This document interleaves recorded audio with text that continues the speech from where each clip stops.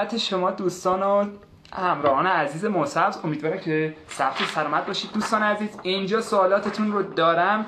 لایو با آقای جرمیا هریس هست. امیدوارم که حسابی بهتره کنید دور هم دیگه. من اینجا رو درستش کنم. خب من تازه آپدیت کردم اینستاگرام. پریدون با من اوکی الان داره بهم میگه که چجوریه. من اینجا رو نکست بزنم. خب I just updated my Instagram and it just telling me what to do or what not to do. I just did it millions of times. Okay. دوستان امروز الان میریم داشته باشیم.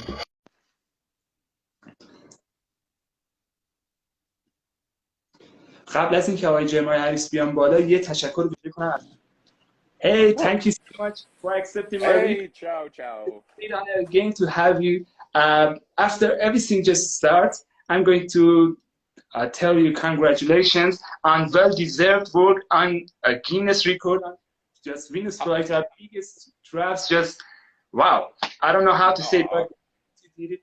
I felt so pumped and energetic, and I've been so excited. And I wanted to say personally, thank you so much for accepting our request and giving us such a great honor again to have you on a live video for these questions and people who are watching us right now. Of course. Super happy to be here. Thanks for the invite. You're very welcome. I'm going to speak a little bit about the details. How is it going with the live video and translations? These things I'm going to explain it to people. And then we are going to ask these questions. And yeah, I'm going to translate. Sounds good. Yeah. دوستان عزیز، یه تشکر ویژه کنم از همگیتون بابت حضور فوق‌العاده‌تون، انرژی که دادید. سوالاتتون رو جمع‌آوری کردم اینجا. سوالات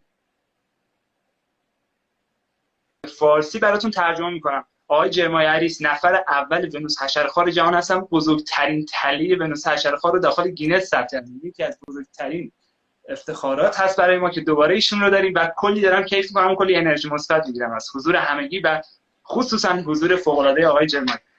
Thank you so much for sharing your value time, your great experiences. I'm pretty sure that nobody cannot find these experiences in any of books out there, anything. And we are going to take it directly from the great source named Jermia Hariss, and it's a great honor. The first question is that how do we just give our carnivorous plants some moist and some, moisture in our soil that deny to get it some algae? Is it possible to give it some moisture and this algae doesn't come up and show up? It's always a battle, even in my collection. The biggest thing I do is try and repot once a year. So even if the algae does start to take over, it's not as much of a problem as it would be if I just left the soil for years and years. And as long as the sun or they get a lot of light, that seems to keep the algae down just a little bit. But the biggest thing I battle is the star moss. So like I'll have these pygmy sundews, and the sundews are super small, and then the moss starts to take over. So I have more problems with the moss than actually algae. Okay, I'm going to translate it in Persian, and we are going to the second question. دوستان عزیز، سوال این بود چطور بهتره گیاهان گوشتخوار رو مانع کنیم. اینجا سوال یه کمی بد بود، منم توی ترجمه کردم. مانع از گرفتن جلبک کنید. خب بعد گفتن که اصلا گرفتن جلبک رو میتونید سالیانه با تعویض گلدون و آفتاب خوبی که به گیاهانتون میرسونید و یه چرخه آب خوبی که داشته باشن جلوگیری کنید از گرفتن جلبک. ولی جلبک زیاد مشکل نیست. مشکل اصلی اینه که وقتی شما توی بستر گیاهان گوشتخوار کار میکنید، دوباره این خزا شروع میکنن زنده شدن و زیاد شدن و باعث میشه که شما اون سیدلینگ و اون بذرایی که روش کردن درست حسابی ندارید. بریم برای سوال دوم که راجع به غبار پاشی. The second language is about how do we mix plants like nepenthes or other pitcher plants, and is it make problem to do this? Yeah, so I have really changed how I mist over the years. So I have an automatic misting system in the greenhouse. So at around 5 in the morning, it comes on and gives everything about a mist of 20 minutes. So it's a nice fine mist like that morning rain. And then as the sun comes up in the greenhouse, it dries off the leaves. So then I get less like mold and algae on the leaves. So I would definitely recommend like watering earlier in the morning, sometime when it's not late at night. Because I find if I water at night, the water sits on the leaves all night long, and I have more of a chance of getting like a mold or an algae on the leaf. Okay, I'm going to translate it, but maybe I just forget some kind of, you know, the details, but I'm going to ask you if I just forget it because it was, yeah. I'm going to say, دوستان سوال این بود غبارپاشی روی گیاهانی مثل نپنتس یا گیاهان کوزه دیگه‌ای مشکل ایجاد نمی‌کنه، چجوری انجامش میدین؟ گفتن که من خودم توی سال‌های که این گیاهان رو رشد دادم خیلی باشون مشکل داشتم. بعضی اوقات اومدم مثلا غبارپاشی انجام دادم یا حالتهای بانک مانند و یا حالتهای جلبک بستن و اینها روشون ایجاد شده به خاطر اینکه این کار رو انجام میدم. خیلی اوقات ضرر می‌کردم روی این کار، ولی بهتره که شما قبل از اینکه نور آفتاب بزنه بالا مثل 5 صبح اینا یا غبارپاشی کنید 20 دقیقه که سریع خشک بشه. اگه آفتاب بیاد بالا باعث همون مشکلا میشه. یا قبل از اینکه کلا روز شروع شه یه آبیاری سطحی انجام بدید که این مشکل رو جلوگیری کنه. ولی خب اگه دیدید این توضیح من درست نبود حتما لایو رو از یکم عقب‌تر ببینید. منم توی کامنت ها دوباره جواب میدم که سوالات. Thank you so much for showing your great collection and it's gonna be so beautiful.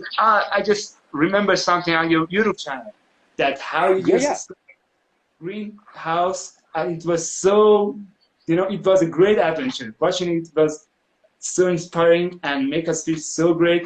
And yeah, I don't know how to describe it, but here we are now talking with Mr. Jermia Hari's, ranked round independence, yeah. And so many plants are looking good right now where like I was looking at the videos from like 10 years ago and this place was empty, and now like I just look above and there are just pictures hanging and looking great everywhere. Yeah, you need to add some more greenhouse because it's full of plants over there and you gotta stop. It's too full. Yeah, you gotta make it. I'm pretty sure about it because the shine in your eyes tells me, you know. It's exactly. That's the goal.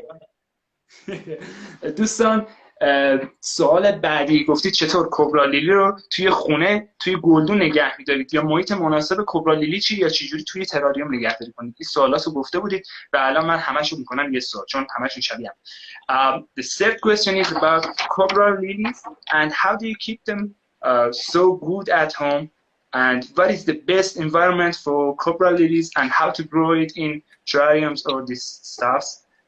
Just a comment about It's a difficult plant, that's for sure. So I have like some seedlings going over here. I think these would be about 2 years old for this one. So I grow them like a Highland Nepenthes, so in a sphagnum moss. I repot them hopefully every 6 months. And so this one I planted, I got it from Robert Coe, October of 2020. So it's not quite 2 years old, but it's almost 2 years old. And it's looking pretty good. Ones that are, I think, about a year old would be like these guys right here. And they're ready for a repot. As you can see, that algae is starting to take over. The biggest thing is trying to keep them cool because they just do not like high temperatures. They don't like to dry out, but they also can rot if you keep them too wet. So it's like finding that perfect balance of when it's not too hot. So something like, I mean, no more than about 27 degrees. And then the soil should probably be even a little bit colder than that. And then I keep the humidity at about 80% most of the time. Okay, I said درسته. It means right. I just mixed up. But I'm going to translate. I just mixed up. I said it in Persian. Okay, just let it go. I'm going to translate all the content, but I guess I forget a little bit of it. So we have some friends over here.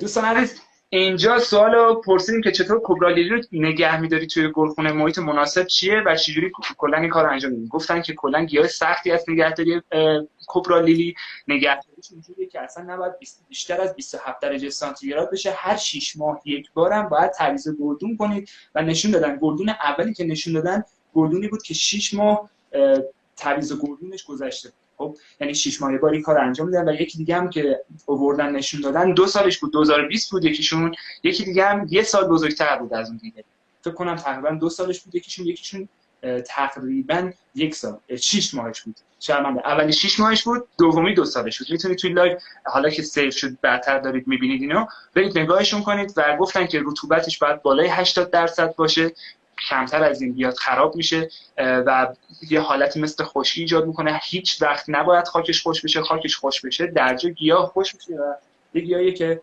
هوای خنک دوست داره، بیشتر از 27 درجه هم بشه گرمش میشه و دوباره خراب کنه، یعنی یه جای خنک و رطوبت عالی. And the fourth question is, how do we start to seedlings Cobra lily seeds? It has a lot of fans out here. Yeah. I don't stratify my Cobra lily seeds, so I plant them on pure long fibered sphagnum moss, and then I keep them moist, not too wet, not too dry. They usually germinate really well. The problem is after they germinate, they're very delicate. So to try and get them to that stage, like that 2-year-old plant, definitely takes a little effort, because if you let them get too hot, then they kind of dry out, they don't look as good, and they'll like all collapse and die very, very quickly.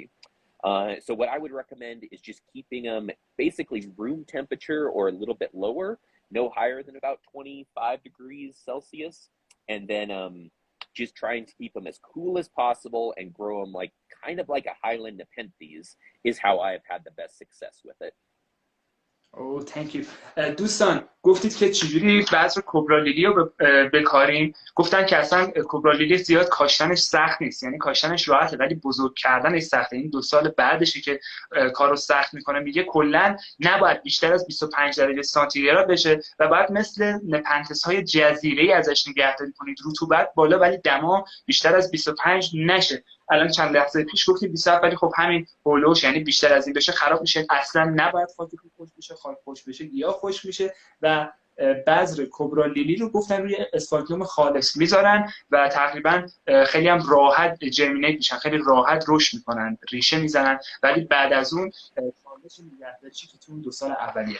خب بریم برای سوال پنجم. How do we keep our environment like cool and have a great level of humidity, but we don't lose it out with just some fans and like some fans, like a humidifier, some LED lights work really well because they won't put out too much heat. But you guys have Iran such a large country, so I'm sure some areas are super, super hot and some areas are super, super cold. So it just kind of depends what part you would live in. They don't really like it super dry either.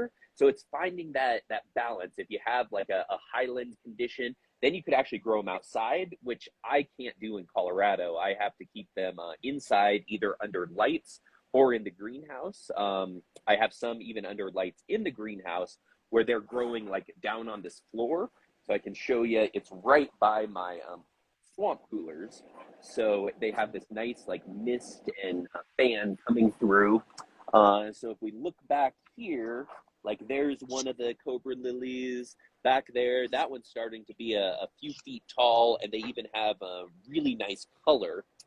They'll start producing a lot of traps here this time of year, but they're looking cool. Yeah, they are so beautiful. But I have a question personally, but is it possible that carnivorous plants that they are hunters in the wild get some sickness like aphids, like mealybugs or thrips? Is it possible that they get it? Oh, yes. So yes, it's a battle. In the greenhouse, I used to have a lot of problems with aphids, but this time of year, I keep my greenhouse doors closed early in the spring, and that's mainly when I have problems with aphids. So that's got rid of all my aphid problems. And then mealybug, I have to be very careful with. So if somebody sends me a new plant, I always take it down to bare root, make sure there's nothing hiding in the soil, and then I pot it up in my own soil, in my own pots, and then I keep it separate for a little while just to make sure that I don't see anything bad on it. If I do see something bad on it, then I'll spray it. There's this insecticide called Safari that is pretty good at dealing with mealybugs, but I don't like to use that unless I have to. So you prefer to put them in a quarantine, but not using chemicals in your greenhouse? Yes, I'll use chemicals if I have to, but that's kind of a last resort. Because it is like this delicate ecosystem in here, I don't want to be using chemicals all that often, just to make sure that they do well. And I've seen some greenhouses where I feel like they have to spray like every week or two, and I just feel like the plants never look quite as good. Yeah, that looks so great, and it is so important that we are going to just use some points, use some rules that we derive from it. You know, like getting chemicals in our cycle, in our life cycle, it's great trouble for us, for plants, for everything. We need to put them out, and I'm going to translate because the content is going bigger and bigger, and I might go forget it some parts. Thank you so much. Sounds good. همه سوال پنجم بودیم چطور محیط رو خنک نگه داریم و رطوبت رو از دست ندیم، حالا با تهویه مناسب یا چجوری محیطمون رو مناسب درست کنیم. اول از همه جواب دادن که واقعا بحث طولانی و کشور ما هم کشور بزرگی از خودشون گفتم ممکن بعضی از قسمت‌ها خیلی خیلی گرم باشه که نیاز باشه برن گلخونه، یا بعضی از گیاها اصلا توی گلخونه نبرید جایی مثلا گرم باشه، بعضی جاها هم خیلی خنک باشه که اصلا مجبور بشید گیاهاتون رو ببرید بیرون، یعنی اصلا محیطشون شبیه باشن. پس بستگی داره چه منطقه باشه و این سوال واسه چه گیاهی می‌پرسید برای چه منطقه‌ای. و سوال بعدی که پرسیدن این بود که آیا گیاهان گوشتخوار شکارگرای طبیعت هستن آفت می‌گیرن مثل شپشک آردالود، مثل شته و اینها؟ گفتن که بله، اینا شپشک می‌گیرن، شته می‌گیرن و خیلی هم پردردسره. حتی اگه بره داخل خزه‌ها، داخل خاک و اینها خیلی دردسرش بیشتر میشه. تا قبل از اینکه این اتفاق بیفته خودشون شخصا همچین گیاها رو چک می‌کنن که این آفت‌ها زیر برگا نرن توی خاک بلکشن که پوزیشن بزرگتر شه. قرنطینه یعنی جدا می‌کنن گیاهانی که آفت گرفتن برن قرنطینه و به صورت فیزیکی و سعی میکنن اصلا شیمیایی کار نکنن، به صورت کارهای سنتی و بیولوژیکی به قول معروف اینا رو حذف میکنن، مگه اینکه خیلی خیلی سخت شده باشه مجبور باشن. گفتن خیلی از گلخونه‌ها یک هفته یه بار یا 2 هفته یه بار نقاشی دارن، ولی خب خودشون گفتن من هیچ وقت این کارو نمیکنم. Okay, it was too long. I'm sorry, I just made you wait for long for me. No worries. Yeah, the sixth question is, how do we provide a good place for Highland pigeons? So if it were me and I just had a smaller collection, I would set up a grow chamber. So like build a tent inside one of the rooms in one of my houses. And then I would use LED lights to keep the lighting high. And then hopefully the temperature in your house would be cool enough, and then bring in like maybe a computer fan and a humidifier. And so then I would basically make my own small swamp cooler. Now, if you want like the ultra highland nepenthes, something like a freezer grow chamber is what I do. And so that's a little more complex to build. And you just want to be careful that the freezer doesn't turn on, stay on, and then freeze the plants, because that will definitely kill them. So I would recommend like one of the grow chambers. In the US, they're really pretty easy to find. You can just order them on Amazon, and then get some lights, something similar to like this light right here. And then you can just hang it in the grow chamber. And as long as the panel doesn't produce a lot of heat, then you should be fine. Oh, so something just came to my mind. Sometimes these grow lights goes hitting the place so much, like COB headlights. They are so overheating, and when they do, they just react with the, you know, it makes the environment a little warmer. Yes. So something like that's good about this is actually the driver is not right on top of the light. So the driver is all the way up here. It's this like orange thing. So this is what's producing the heat. So you could actually have that outside of your grow chamber, And then this light panel is not warm at all. Like it's probably less than 30 degrees. So if you can get something like that, I think that works really good, especially for keeping your Highland chamber cool. Yeah, that seems so cool. And somebody just told me if you're going to use some projectors, they are going to flick and just on the frames, but SMDs or power LEDs doesn't make some flickers or something like disconnecting and connecting in milliseconds. They say it's gonna make a problem on it, but these things which have driver, they don't have something like that. Okay. Yeah, I mean, you just have to be careful that your lights don't add too much heat if you have them all in a grow chamber. But it's just kind of balancing. You need a lot of light, but you don't want too much heat for most of the Highland and ultra Highland species. Okay, I'm going to translate. I'm sorry. I think internet connection has a little issue right now. دوستان نت من هست. You sound perfectly fine. Oh, okay, it's fine. I'm going to translate. Sorry, I didn't hear you the last moments because it's just gone for a while. But it is not. It's all over the next side of the planet Earth. I guess it works it's pretty so cool. now. We can even do it. Yeah, exactly. دوستان چطور محیط رو خنک نه این نبود، سوال ششم بودیم. چطور محیط مناسب رو برای نپنتس های هایلند درست کنیم. اول از همه گفتن که نپنتس ها جب ویوی سرحالی کیف میکنم. آقا اول گفتن که نپنتس ها دو نوع داریم. یکی هاشون آلترا هایلندن، یعنی باید شرایط ویژه و دقیقی نگهداری کنید.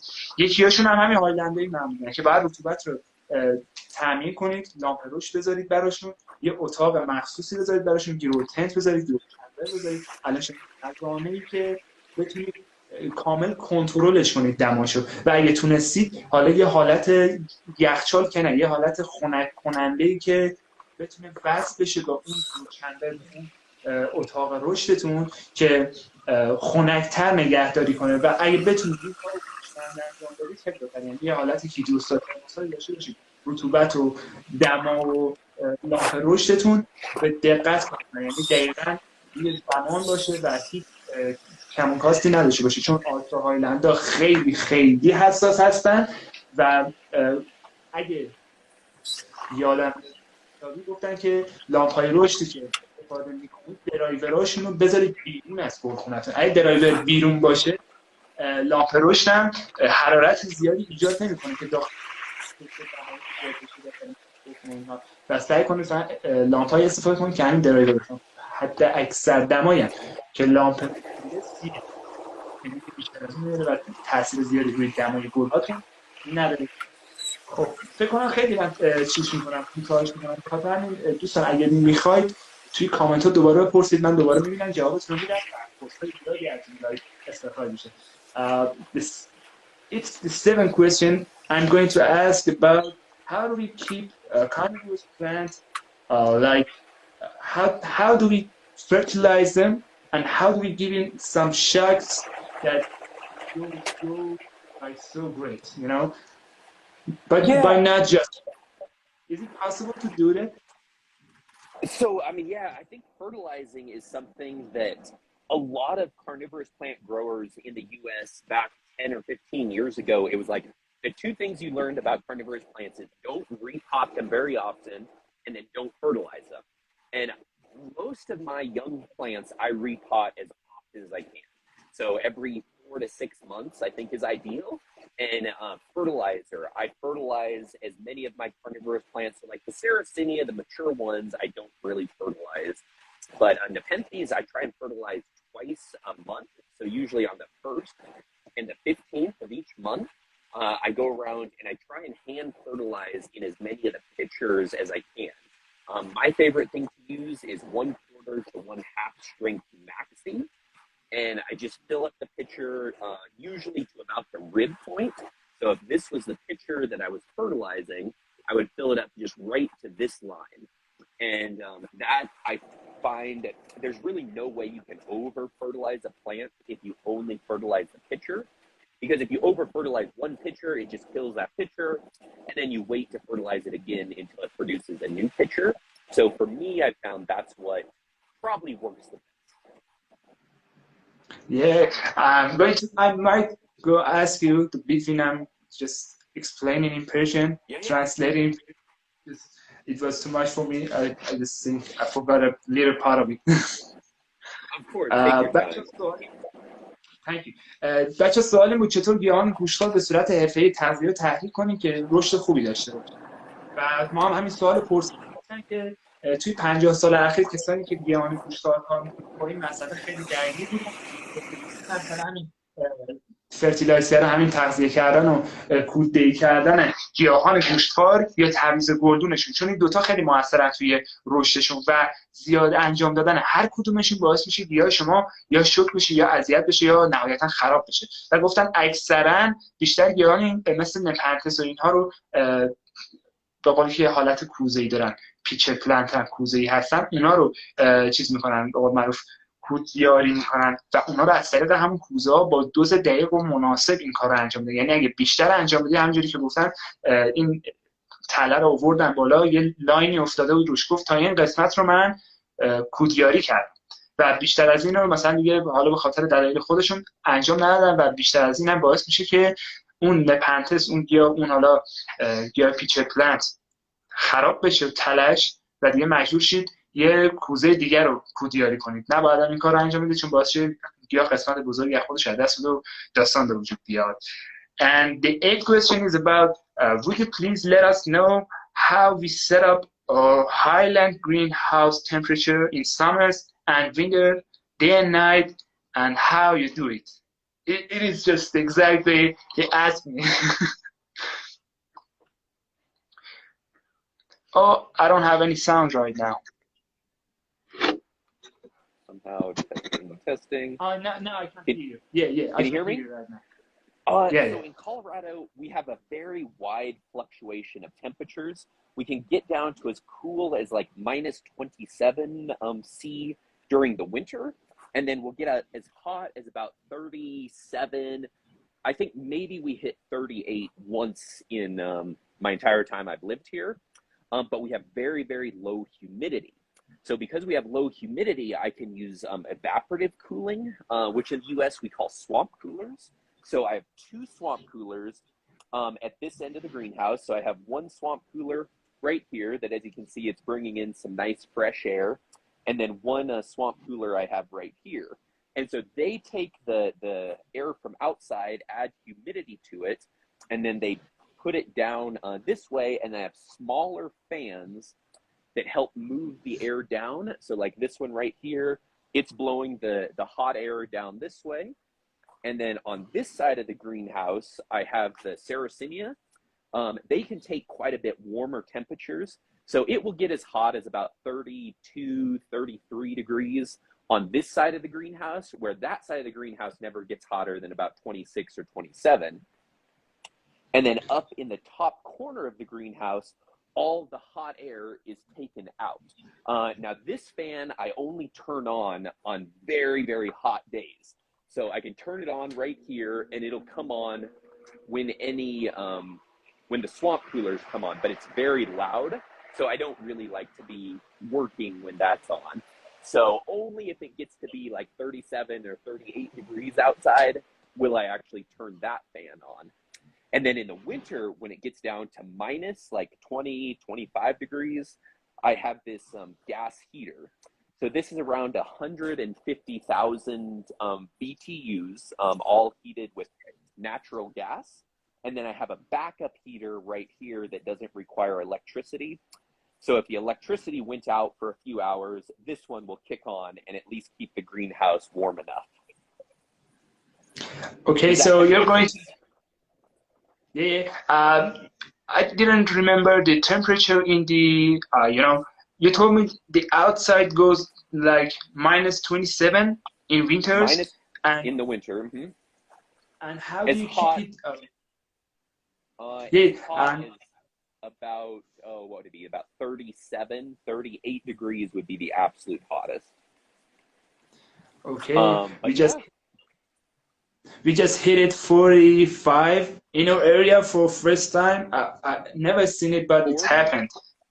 45. It was too hot. And I went to southern part of Iran. It was like 47. It was like hell. It was saying hello. You couldn't even breathe. It was humid and hot. Is it humid? So, yeah, the humidity was so high, and the temperature was so high as well. And you just was like open the dig of rice, see it, say hi. It was so hot. And that's literally not growth in that area except dates and rice, nothing else. Oh, that's terrible. Yep. I'm going to translate, and I need to give me a hand when I just forget about sentences. دوستان عزیز، سوال اصلی به انگلیسی بود. یکی از دوستان انگلیسی پرسیده بودن، گفتن که لطفاً از آقای جرمیا بپرسید که توی زمستون چه دمایی برای گیاهانشون میبینن، داخل گلخونه تدارک میبینن، و توی تابستون چطوری. گفتن که ما زمستونمون تا منفی 27 میره و تابستونمون از مثبت 37 38 دیگه بیشتر نمیشه توی گرمترین حالت روز. و گفتن که چون ما توی حالتی هستیم که حالت گرم و خشکه و نمیتونن از رطوبت ساز و بخور سرد استفاده کنن برای گلخونن چون خیلی بزرگه، از کولرهای استفاده میکنن که رطوبتمون رو میبره بالا. کولرهای سلولوزی ما بهشون میگیم، رطوبت فضا رو میاره زیاد میکنه، یعنی دیگه از بخور سرد و اینا استفاده نمیکنن. دقت داشته باشید اون کولر رطوبت رو میاره، هوا هم خنک میکنه. چند تا فن هم بالا نشون دادن، اون فنایی که بالا هوای گرم رو میارن پایین. یه قسمتی که الان دارن نشون میدن این قسمت گرمترین قسمت گلخونه‌شونه که گیاهان مثل لوکوفیلا اینها رو دارن نشون دادن اینجا نگهداری میکنن، و بقیه قسمت ها که قسمت نهایی که نشون دادن یه فن خیلی بزرگیه که گرما رو میکشونه بیرون، و این فن که گرما رو میکشونه بیرون میگن خیلی سر و صدا ایجاد میکنه. اکثر اوقات اصلا روشنش نمیکنه، سر و صداش اذیت نکنه، ولی خب این سیستم فنشون بود، خنک سازیشون بود و رطوبتشون رو به وسیله کولرهای سلولوزی انجام میدن. یعنی اصلا بخور سرد استفاده نمیکنن. بخور سرد بیشتر برای محلای مثل همون گروتنت ها، گروچمبرها، چمبرها و خزانه های کوچیک و اتاقهای رشد کوچیک. The last question on my list is how do we keep highland plants in terrarium? Is it possible to do it?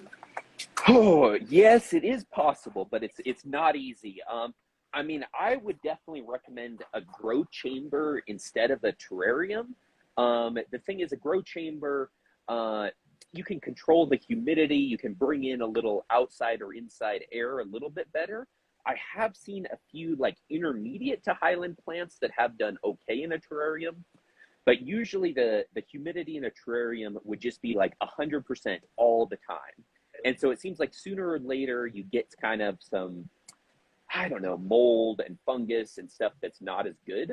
So I would go more towards the grow chamber size instead of an actual terrarium. If you can build like a custom terrarium that can bring in some like fresh air from the outside, then I think that would work. But it's just a little bit, in the US, it's a little bit more expensive, a little bit harder to maintain, but it is possible. Yeah, it is possible. I'm helping them a lot of times to make it DIY, like so cheap. And they can just sometimes afford some grow lights with just one part of the 10 of the price of the market out there. I can build them. And yeah, sometimes So I'm going to just explain it and letting them know. No, you just told me thank you. دوستان، سوال نهم، روش نگهداری گیاهان هایلند در تراریوم. گفتن که اصلا تراریوم سعی کنید زیاد سمتش نرید، چون اگه تراریوم برید سمتش رطوبت خیلی خیلی زیادی رو داخل خودش نگهداری میکنه و این رطوبت زیاد باعث میشه که قارچ و کپک و یه حالتهای سفیدی و اینا به وجود بیاد، چون رطوبت همیشه 100% میمونه، تهویه‌ای وجود نداره، هوای تازه‌ای وارد تراریوم نمیشه و اینا همه باعث میشه که قارچ و حالتهای مولد و کپک و اینا به وجود بیاد و زیاد جالب نیست. گیاهتون هم کم کم مریض میکنه به خاطر همین وجود این حالتهای سفیدی و کپک و اینها و گفتن من خودم همیشه توصیه میکنم گروتنت درست کنید، اتاقهای رشد درست کنید و یه قسمتی باشه که بتونید هوای تازه رو بیارید داخلش. با استفاده از فنها بتونید یه به قول معروف تهویه هوای نسبی ایجاد کنید با لامپ رشد و بخور سرد و اینها، یه فضای کاملا اتوماتیکی درست کنید که گیاهانتون به بهترین نحو رشد کنن. منم گفتم که من خودم این کارو کمکشون میکنم. اگر البته دیده باشید استوریا رو که لامپ رشد و بخور سرد و سری کارا اینجوری با قیمت واقعا یک دم بازار اینو رو براتون درست می‌کنیم. و دوستان سوالاتی که دارید رو لطفاً توی کوئسچن باکس بذارید، چون من لیست سوالات هم تموم شد و سری دوستانی که پرسیده بودن یه سری از کالکشن ها رو نشون بدن، الان خودتون میتونید ببینید که من اینجا خواستم بپرسم دیگه خودشون به من نشون بدن. Okay, my questions are over now and wow. This is a Nepenthes diariana, one of the old hybrids from the Victorian age, but it's a cool one. This one looks like big as a chest. It's so big. Huge. It's yeah, literally. And it has actually a whole lot of pictures on it, but like I don't know if you can even see how big it is, but as big as my head. So big. Yeah. How do you feed it? Like with a maxi. No, maxi fertilizer. That I find just works out the best. It's easiest, and you don't have to go around and feed live insects to them. Okay, there's a question just appeared on my mind. Is the fertilizers that you use NPK, nitrate, phosphor, potassium, or it is another part of it? Like it's an NPK, so. A seaweed based with micronutrients and very low in salts. So I found pretty much any seaweed based fertilizer can be used with Nepenthes. I would recommend starting at maybe a quarter strength, and then you can work your way up to maybe full strength depending on how the pitchers tolerate the quarter strength. But start with the quarter strength and just go from there. But there's a question. Do you know the range of the nitrate, potassium, nitrate, phosphor, potassium, like 10, 0, 2, something like that? I know some that I use is 14, 14, 14. And then I'm trying to think what Osmocote would be. I would have to look it up and get back with you because I don't know just off the top of my head, but it's pretty well balanced. Can you tell me the dosage as well? I'm going to tell people how to use it as well. We use 1/4 teaspoon per gallon. So a quarter teaspoon is what, about 3.5 milliliters? So maybe 4 milliliters per gallon. So which like, a gallon, so like okay, nothing. So translate that. Yeah, 1 milliliter per liter. That would be a pretty good spot to start. Yeah. Thank you. دوستان سوال آخر رو پرسیدیم و بعد اومدیم یه سری صحبت‌ها رو انجام دادیم. نشون دادن که یکی از نپت‌های بسیار زیبا و بزرگ رو نشون دادن که گفتم آقا اینو چجوری تغذیه‌اش می‌کنید، کودیاریش می‌کنید، خیلی بزرگه. اینا گفتن که با کودی به نام مکسیم، اگه اشتباه نکنم توی ذهنم الان یه چند دقیقه گذشته فکر کنم فراموش کردم، ولی مکسیم رو گفتم که آقا کودایی که استفاده می‌کنید چجوریه؟ گفت پایه‌شون میکرو ماینرال ها هستن، یعنی مواد ریز مغذیا و درصد قابل توجهی از جلبک دریایی و کود 14 ازشون پرسیدن، گفتن چند هست این NPK که داره؟ گفتن 14 و دوزش هم 1 میلیمتر در 1 میلی لیتر در 1 لیتر میشه تقریبا، یعنی خیلی خیلی لایت و سبک به این گیاهانشون کودیات. اگه سوالی نیست من این کوئسچن باکس رو چک کنم که بریم لایو رو کم کم تمامش کنیم. ساعت هم 9:43 40 دقیقه گذشته و واقعا وقت با ارزشی رو گرفتیم. Okay, thank you so much for giving your valuable time and your great experiences. I'm going to check out the question box for the last final questions. I had a lot of questions and it's a great honor to have you. I hope that I can make it possible again on another episode of live video, but specific part is I hope that I can see you in real life, like giving you a real handshake. And that video is so good. That one is going to be so cool. And there's something I just remind myself. Our football teams are in the same group in World FIFA in Cup. the World Cup. Oh, that's in the good one. Yeah. Yes, I'll have to be watching some of that. Yeah, my brother said, we in America will be in the same team. I said, how do you say it? He said, I'm guessing it. And it just happened. And then that's what happened. Yeah, he said it's so good. And I hope that great things happen, you know? Okay. Yes. Now, would you try and make it to the World Cup? Because it's in, what, Qatar? Would you be able to go? Would you be able to go watch the World Cup in person?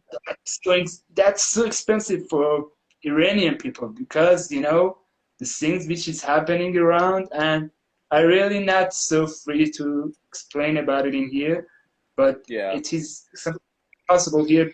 If you are so rich, you can make it in Iran. Okay. But makes sense. Yeah, I wish I can make it. If I can make it, you might get over there. Yeah. Probably not, but it would be cool to go to, that's for sure. Yeah, after all these years of pandemic, it's gotta be so cool to have an advert. Exactly. Yeah. Good timing. I'm going. Yeah, sorry, I couldn't hear you for the first time. You just said it, and I needed to ask. Okay. There's a lot of question box. There's one of my friends asked, would you please ask that after Cobra Lilies germination, why is it goes dry out and how much lumens does it need for the growing? And the next question is about roseras, like Nepenthes. Do you water roseras like Nepenthes? And there's another question from a good friend. Hi, Jermia. What plants do you have in your home or your room? And would you please show us the famous Venus flytrap which you just made the record with it? And it's not as big this year. Yeah. Okay, so if you have one more question, I'll try and answer all of those. There's a lot of them. I just thought there's just 2 or 3, but there's tons of questions down here. What is the night and day Thailand temperature? You said it. And how do we? Okay, we said it too. We said this one and this one. So I'll show you real quick. So we have some sundews down underneath the benches. So I have LED lights down here, and you can see all the sundews are looking amazing. Howard's been helping out with all the sundews, so they've been looking really good here. For Cobra lilies, never let them dry out when they are young, and I wouldn't recommend giving them any sort of dormancy the first year or two. Then I'll head up to my other greenhouse because my other greenhouse has all my mother fly traps in it. So we'll go up there real quick. Let's see. It's a beautiful day outside here. We're probably, what was that? About 26, 27 degrees out right now. So not super hot. So great. Yeah, it's so good. 26 is probably get great. Some, rain here this afternoon. So then we'll head over rain here. in the middle. That's cool. Yeah. We hadn't rain for like 2 months. Yeah, 2 months there's no rain here. No rain? Oh no, that's never good. Yep. Okay, so then here are my mother Venus flytraps. This is the alien cultivar. So I just repotted it, so it needs another week or 2 to settle in. My biggest trap this year was on a Green Jaws Monticore. So this is 1 millimeter smaller than the biggest I've ever had. And then this one is Green Jaws Goliath, which is also a really, really big one. But all the fly traps looking pretty good. They're just been repotted here just a few days ago. So great. Oh my God, you just made all the world records for yours, you know, like first, second, third, fourth. It's all yours. You made just a lot of great beat, and yeah, they are just stunning. When you look at them, you just wish you were playing it. It was so beautiful. Despite the color, it makes it just stun, like so beautiful. They're super cool. Yeah. Yeah, Well, yeah, that's awesome. Was glad we were able to hang out for a little bit. I have to get a little work done here this afternoon, but hopefully we'll be able to do another live video. Maybe next year, maybe some other time. It'll work for me. Yeah, for sure. Thank you so much for giving me honor to have you again on a live video. It's a great honor, you know, just having the first man of the world on a live video talking with, asking questions. It's a great honor, and I felt so excited, so cool. Of course. I'm gonna keep it for next year. Hope I have another episode of live video with you. And thank you so much for your patience, for your time, for your experiences. It's all great, and I always appreciate it. The first time I saw you, I seen it. I seen it. I said, yeah, this gotta happen. And it just happened. I felt it. Awesome. And just remember this day. I'm saying I'm gonna see you soon, like in real time, and it's gonna happen. I don't know how, but it's gonna happen. We'll figure it out. Yeah, thank you. Thanks a million for giving me this positivity and all this energy and just sharing all your time. Of course. Well, tell everyone in Iran hi, and hopefully one day I will get to visit that beautiful country as well. Yeah, that's gonna be so cool. دوستان میگن به دوستای ایرانیمون سلام میرسونم و یه روزی امیدوارم که بیام اونجا و کشور زیباتون رو ببینم. And there's a question I have in here. I just asked you in your direct messages and you just told me yes. You just gave me the permission to just duplicate your videos to Persian. And I was thinking about it to duplicate all of the videos in Persian. And do I have the permission to make? Yeah, that's gonna be so cool. Thank you for giving me. Yeah, that's gonna be so cool. Wow, thank you so much.